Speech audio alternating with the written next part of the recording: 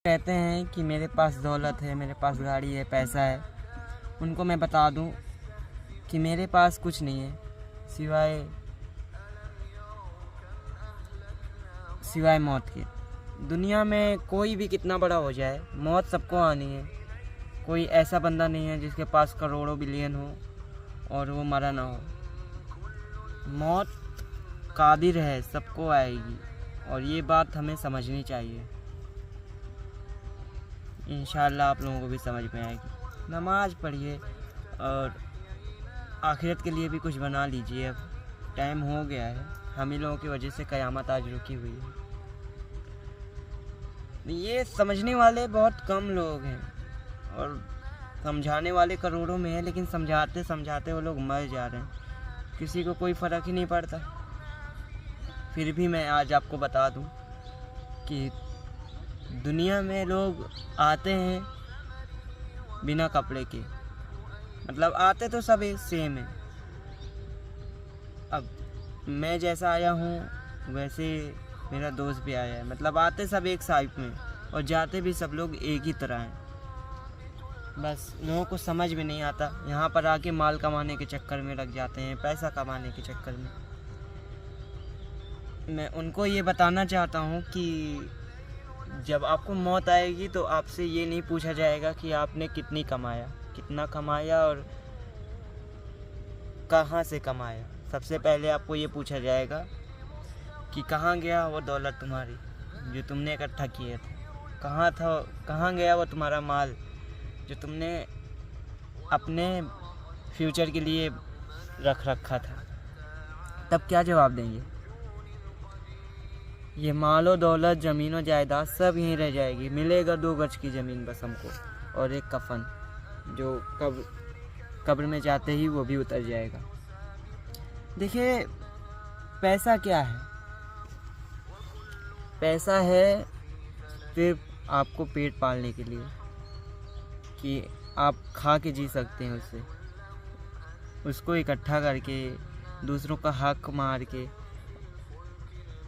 के कोई अमीर नहीं हो सकता उससे बस यही हो सकता है कि जो तुमने मालो दौलत कमाई थी अपनी ज़िंदगी में, उसका फ़ायदा सिर्फ जो दुनिया में बचे रहेंगे तुम्हारे बाद वही उठाएंगे और उनके बाद फिर उनकी आने वाली नस्लें। तो दुनिया में हमें सिर्फ जी और लगाने के लिए, दिल लगाने के लिए और पैसे कमाने के लिए नहीं भेजा गया है। दुनिया में हमें इबादत करने के लिए, अल्लाह की इबादत करने के लिए भेजा गया था। हम यहाँ पर आके नमाज़ों को तो भूल ही गए हैं। बहुत कम लोग नमाज़ पढ़ते हैं। अगर 1 करोड़ मुसलमान हैं तो जिनमें से 1000 लोग पढ़ते होंगे, अगर नमाज़ पढ़ते होंगे। आप अंदाज़ा लगाइए, मैं आपको ये नहीं बताऊंगा कि कितने पढ़ते होंगे, हो सकता है उससे भी कम पढ़ते होंगे। लेकिन जैसा आजकल मुस्लिम कम्युनिटी में हो रहा है कि उनको तो अल्लाह रसूल से कोई मतलब ही नहीं है, वो सिर्फ मजबूरी पड़ने पर ही अल्लाह पाक को याद करते हैं। मैं सबकी बात कर रहा हूँ, अपनी भी कर रहा हूँ। मैं बहुत अच्छा नहीं हूँ, जो बस कुछ चीज़ें ऐसी हुई है मेरे साथ कि मुझे अकल आने लगी है। अब मैं नहीं चाहता कि मुझसे नमाज़ छूटे, मैं नमाज़ें नहीं छोड़ना चाहता, इसलिए मैं अब आजकल नमाज़ पढ़ने लगा हूँ। लेकिन मैं चाहता हूँ कि मैं अकेला ना पढ़ूँ। मैं अकेले दुनिया में इबादत करने के लिए नहीं आया। आप लोगों को भी नमाज़ पढ़ने आना चाहिए। आप जहाँ से भी मेरी वीडियो देखेंगे, अगले टाइम से ही नमाज़ शुरू कर दीजिए, क्योंकि वहाँ ये नहीं पूछा जाएगा कि आपने कितनी चादरें मज़ारों पर चढ़ाई है या फिर कितने मज़ार गए हो, कितना फेरी और चक्कर लगाए हो। वहाँ पर सिर्फ 5 ही चीज़ पूछी जाएगी जो आप पर फ़र्ज़ है: रोज़ा, नमाज, हज, ज़कात, फितरा। और इस चीज़ के लिए आपको जान दौड़ लगा देनी है। भले ही हज ना हो पाए, लेकिन नमाज़ें तो नहीं छोड़नी चाहिए गाइस। नमाज फ़र्ज़ है हर हाल में। और जो शख्स नमाज़ छोड़ता है उसके लिए अल्लाह पाक ने बड़ी कठिनाई दी है, बड़ी प्रॉब्लम होगी उसे कब्र में और हर जगह।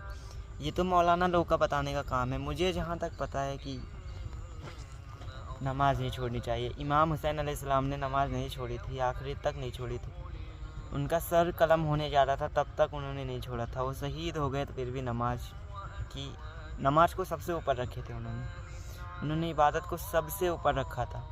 और हमको अगर थोड़ी सी चोट भी कहीं आ जाती है या फिर कपड़े नहीं धोए होते या फिर बहाना हम लोगों को मिल जाता है, कोई सा भी बहाना मिल जाता है, हम नमाज छोड़ देते हैं। सिर्फ जुम्मे के दिन हम लोग एकदम बन ठन के जाते हैं, वो भी 2 रकात पढ़ने के लिए। जुम्मे के दिन की फजीलत बहुत बड़ी है, लेकिन 2 रकात के लिए नहीं। 14 रकात होती है जुम्मे के दिन, 2 रकात जुम्मा होता है बस, बाकी सब आपको पढ़नी होती है। आप 2 रकात पढ़ के बस चले जाते हैं। आधी मस्जिदें खाली हो जाती हैं। मेरे गांव की, मैं अपने गांव की बात कर रहा हूँ, और सब जगह ऐसा ही होता है। मैंने बहुत जगह देखा है कि बस 2 रकात नमाज़ पढ़ी, दुआ मांगी और फिर सलाम फेरने के बाद सीधा घर। क्या होगा, 5 मिनट और पढ़ लीजिए, सीधा सलाम पढ़ के जाते हैं। हज़रत मोहम्मद सल्लल्लाहु अलैहि वसल्लम को सबसे ज़्यादा, हमारे नबी पाक सल्लल्लाहु अलैहि वसल्लम को सबसे ज़्यादा इसी चीज़ का डर था कि मेरी उम्मत नमाज़ ना छोड़े, और आज हम लोग वही कर रहे हैं। नमाज़ पढ़ते रहिएगा। इस नमाज में क्या है, नमाज 5 मिनट की होती है। आप देखेंगे खुद, कहीं जाके देखिए, 5 मिनट आप लोग 2-2 घंटे की पिक्चर देख लेते हैं थिएटर में बैठ के, और वो भी पैसे भी देते हैं उन्हें। गुनाह भी कर रहे हैं, उसका पैसा भी हमें भरना पड़ रहा है। ऐसे क्या फ़ायदा। आप पैसा भी मत दीजिए, मस्जिद जाइए, वहाँ पर आपको कामयाबी वहीं पर मिल जाएगी। पैसा बिना दिए, पैसा नहीं देना आपको। वहाँ पर कोई भी टिकट आपसे वहाँ नहीं लेगा। हम लोगों का मजहब इतना नहीं कि नीचे गिर गया कि चलो अब अंदर जाने का पैसा लेंगे। मस्जिद में घुसने का कोई पैसा नहीं है। ये आप लोगों ने पूरे इंडिया में देखा होगा, किसी भी मज़ार, मस्जिद, कहीं भी मस्जिद में जाने का कोई रुपया नहीं लिया था। और यहीं नहीं, पूरे देश में, पूरी दुनिया में बता रहा हूँ, जितने भी मुस्लिम कंट्री, कहीं पर भी आपको मस्जिद में हलने का पैसा नहीं लिया जाएगा।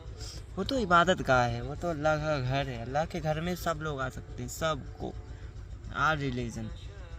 लेकिन हाँ, दिल सच्चा होना चाहिए, वहाँ पर सोने के लिए नहीं आना। अल्लाह पाक हमसे 70 माओं से ज़्यादा प्यार करते हैं, मोहब्बत करते हैं। और ये रसूलुल्लाह सल्लल्लाहु अलैहि वसल्लम ने हम लोगों के लिए अपने ऊपर पत्थर खाए, पेट में पत्थर बांधा कि हम लोगों के लिए, ये समझ लीजिए, मुझे ज़्यादा नहीं पता, लेकिन ये समझ लीजिए हमारे लिए रसूलुल्लाह सल्लल्लाहु अलैहि वसल्लम इस दुनिया में भेजे गए कि हमें हिदायत दें। हम उनके उम्मती हैं। इस चीज़ पे तो मुझे बहुत फ़ख्र है, और हर मुसलमान को इस चीज़ पे फ़ख्र होगा। और उनसे मोहब्बत करने का मतलब है आपने जन्नत खरीद ली है। जो शख्स उनसे मोहब्बत करता है, उतनी हस्ती वाली से, उनके लिए एक बहुत ही अच्छा मैसेज है कि वो जन्नत में जाएंगे। लेकिन गाइस, नमाज नहीं छोड़ा था उन्होंने भी। उनके इखलाक इतने अच्छे थे कि हज़रत उमर जैसे कट्टर, जो इस्लाम के ख़िलाफ़ थे, रज़ियल्लाहु ताला अन्हु, जो इस्लाम के ख़िलाफ़ थे, उन्होंने इस्लाम कबूल किया है। बहुत सारे ऐसे वाक़ियात हैं। और रसूलुल्लाह सल्लल्लाहु अलैहि वसल्लम ने फरमाया कि अगर मेरे बाद कोई नबी होता तो वो उमर होता।